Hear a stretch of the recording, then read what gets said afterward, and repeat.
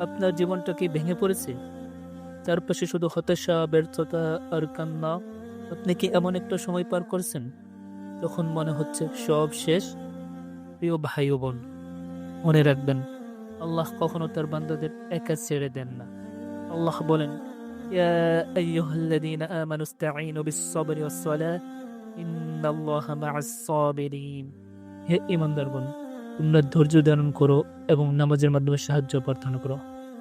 নিশ্চয়ই আল্লাহ ধৈর্যশীলদের সাথে আছেন। আপনার কষ্টের মুহূর্তেও যদি আপনি নামাজে দাঁড়িয়ে কাঁদেন, আল্লাহ তা শোনেন এবং জবাব দেন। তাই আপনি একা নন। আল্লাহ আপনার সাথে আছেন। তিনি দেখছেন, তিনি জানেন এবং তিনি অপেক্ষা করছেন আপনি কখন তার দিকে ফিরে আসবেন। কষ্টের সময় ধৈর্যই সবচেয়ে বড় ইবাদত। সত্যিকারের শক্তি হলো কান্না নিয়ে দাঁড়িয়ে যাওয়া আর বলার মতো সাহস রাখা, হাসবুনাল্লাহু নি'মাল ওয়াকিল। আমার জন্য আমার আল্লাহ যথেষ্ট। আরো কতই না উত্তম কর্মবিধায়ক তিনি।